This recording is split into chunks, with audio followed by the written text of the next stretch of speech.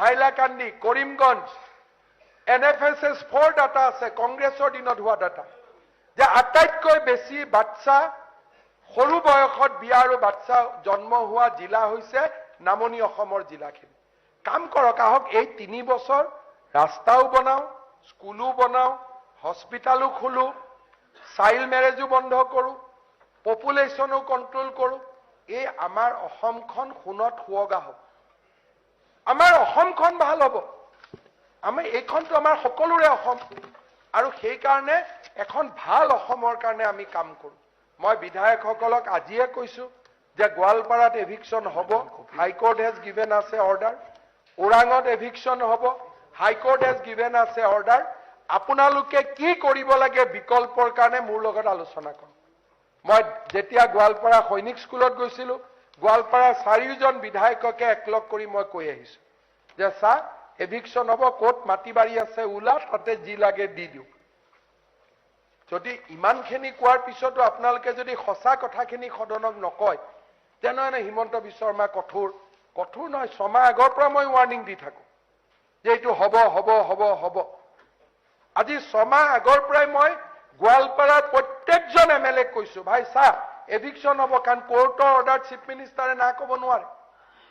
তো বিকল্প ব্যৱস্থা কোনে কৰিব লাগিব? কোনে অৰুণোদয় দিছে, কোনে জল জীৱন দিছে, এইটোৰ পৰা ওপৰত উঠিব লাগিব না। আমি সেইটো ওপৰত উঠিলে হ'ব, দুখীয়া মানুহখিনিৰ কাৰণে কাম কৰিব লাগিব। সেইকাৰণে মই বহুত দীঘলীয়া নকৰো। মাননীয় অধ্যক্ষ মহোদয়, অসম বহুত আগবাঢ়িছে, অসমত পটেনচিয়েল ক্ৰিয়েট হৈছে। 75 বছৰটো মই একেলগে নোহোৱা কৰিব নোৱাৰিম, কিন্তু 5 বছৰৰ লাষ্ট মই যিদিনাখন স্পীচ দিম, বহুত বেছি মই indicator com with full sense of confidence and conviction যে এই 5 বছৰত অসমখনক 10ৰ ভিতৰতটো আমি লৈ আহিলো, আৰু নেক্সট 5 ইয়াৰ্ছত 5ৰ ভিতৰত লৈ আহিম, 5-6 যি নহওক। 5.5 লাখ কোটি টকা GDP, না তেল নতুনকৈ আৱিষ্কাৰ হৈছে, না গ্যাস নতুনকৈ আৱিষ্কাৰ হৈছে।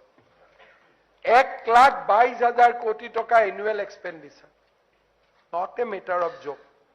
মই কোনো কংগ্ৰেছ বিজেপি কোৱা নাই। 2015ত 42,000 has become 1,22,000. 5 বছৰত 300% বাজেট এক্সপেণ্ডিচাৰ বঢ়া মোক এখন ষ্টেট আপোনালোকে দেখুৱাই দিয়ক। Show me one state in entire country. This is my Assam.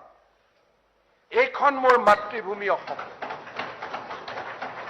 আৰু এইখনত আমি আগুৱাই লৈ যাম। ভাৰতৰ সৰ্বশ্ৰেষ্ঠ ৰাজ্য হিচাপে ইয়াক প্ৰতিষ্ঠা কৰিম। সদনৰ মই সহযোগিতা বিচাৰিম। ধন্যবাদ।